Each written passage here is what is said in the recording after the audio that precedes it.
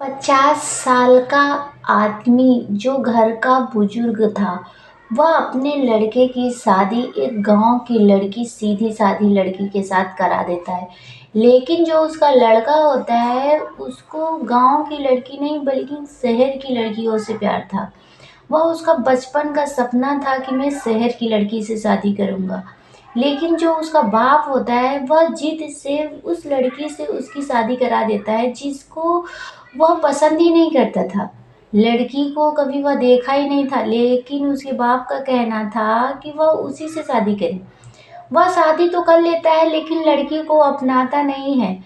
लेकिन जो उसका पिता होता है, 50 साल की लगभग उम्र होती है, वह उसकी पत्नी का डेथ काफ़ी दिन हो जाता है गुज़रे उसको।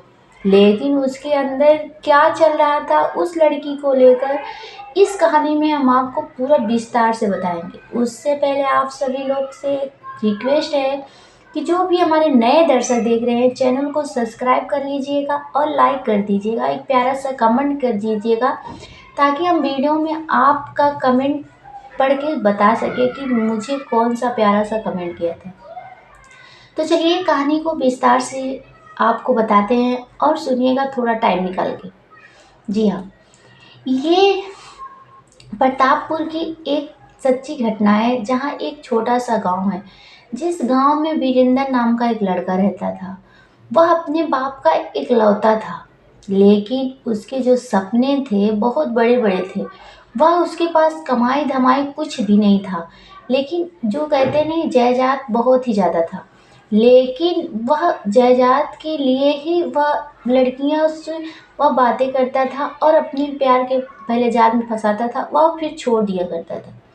लेकिन ऐसे करते-करते उसका समय बीतता चला गया। वह शहर जाता था, जब घर से पैसे मँगाता था, तभी वह शहर में रहता था, क्योंकि वो कमाई-धमाई कुछ भी नहीं करता था। उसकी हर एक सपना उसका बाप पूरा किया करता था, क्योंकि वह घर का इकलौता वारिस था।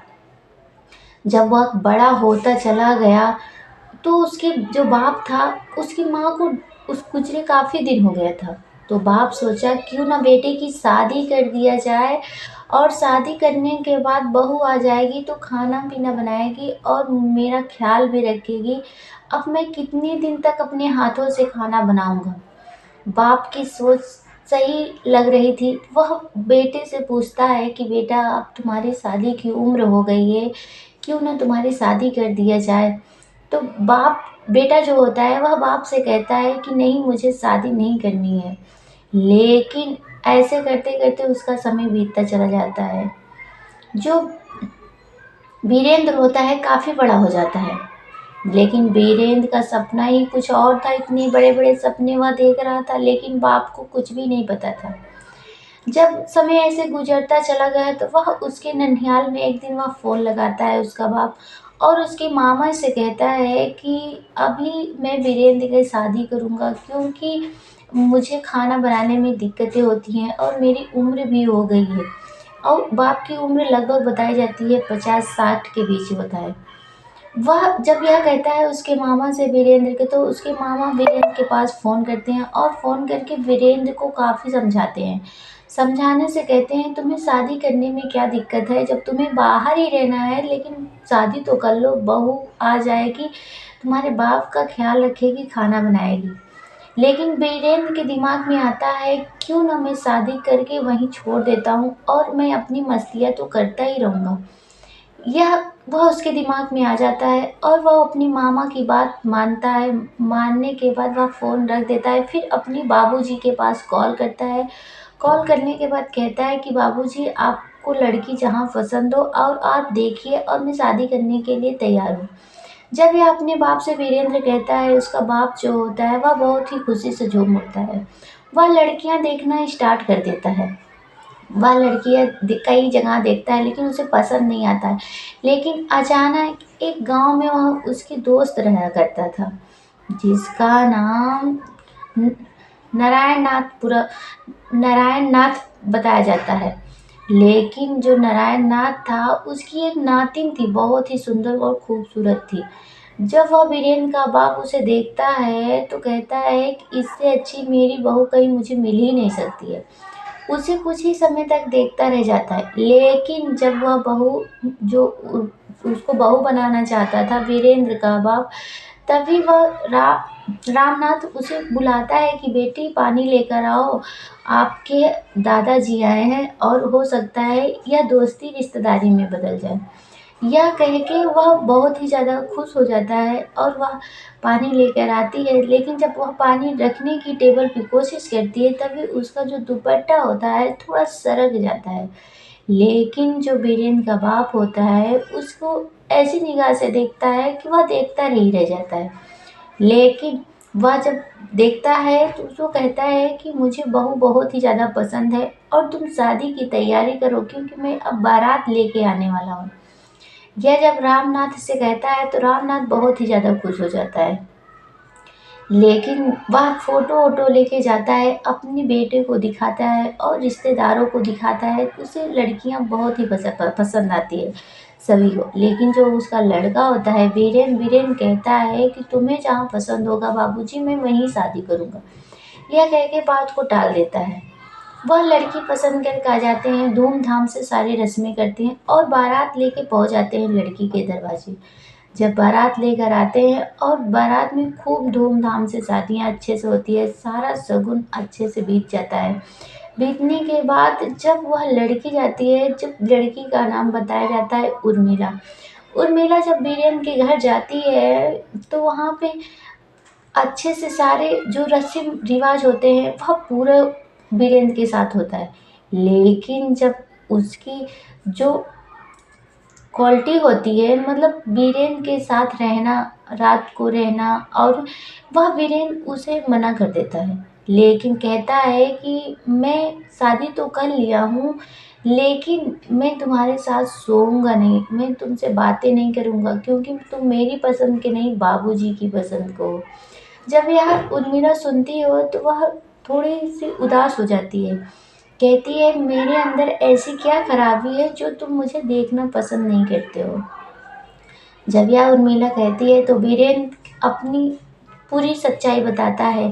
कहता है कि मुझे गांव की लड़कियां नहीं बल्कि शहर की लड़कियां मुझे पसंद है, और मुझे गांव की लड़कियों से बिल सख्त से नफरत है, और मुझे तुमसे कोई शिकायत है नहीं। लेकिन मैं बाबू की जिद की वजह से मैं शादी किया, क्योंकि बाबूजी को एक बहू चाहिए थी उसको जो उसको बना खिला सके। यह जब कहती है तो वह बहुत ही ज़्यादा उदास हो जाती है, लेकिन ये बात किसी से बताती नहीं है। बीरेन की शादी के बाद कुछ समय बाद वह बाहर चला जाता है। लेकिन जब बाहर वह चला जाता है, जो उर्मिला होती है वह ससुराल में ही रहती है। वह उसका ससुर रहता है और उर्मिला रहती है। लेकिन समय ऐसे बीतता चला जाता है। लेकिन तभी एक लड़की जो उर्मिला होती है, सभी एक लड़की को मतलब ज़रूरत पड़ती है कि भाई उसका पति उसके साथ रहे, दुख सुख में उसका साथ दे। लेकिन वीरेंद्र ऐसा उर्मिला के साथ नहीं करता था। लेकिन जब भी उर्मिला वह सोचती थी वह रोने लगती थी। लेकिन एक दिन रो ही रही थी, तभी उसका जो ससुर था वह पहुंचता है, जब देखता है उर्मिला रो रही है तो उसको उसका आंसू जो होता है पूछने लगता है। कहता है बहू क्यों रो रही हो। लेकिन उर्मिला वह सच माने अपने ससुर को कुछ भी नहीं बताती है, बताती नहीं, वह चली जाती है वहाँ से उठ के। लेकिन वो हर रोज उदासी रहती थी। लेकिन एक दिन अचानक जब ससुर आता है तो वह अपने कमरे में रहती है, रो रही होती है फोटो देखकर। तो वह पूछता है कि अगर बेटा तुम मुझसे नहीं बताओगी तो किससे बताओगी, समझ लो मैं ही तुम्हारा बाबूजी हूँ और मैं ही सब कुछ हूँ। जब यह बातें सुनती है उर्मिला अपने ससुर की, तो वह अपनी दिल की बातें बताती है। कहती है कि बाबूजी ये मेरे साथ तो एक दिन भी नहीं रहे और मुझे छोड़ के चले गए, काफ़ी दिन हो गया, क्या मेरा मन नहीं करता है। लेकिन तभी अचानक ससुर के मन में कुछ बातें ख्याल आती है। ससुर कहता है कि बेटा तुम चिंता मत करो, मैं हूँ ना, मैं तुम्हारी सारी ख्वाहिशें पूरा करूँगा।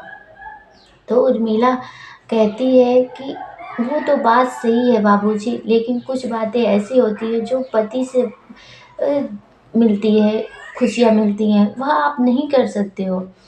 लेकिन तभी अचानक ससुर कहता है कि मैं कोशिश पूरा करूँगा, हो सकता है मैं पूरा कर दूँ। जब यह बातें उर्मिला सुनती है तो चली जाती है शर्मा के।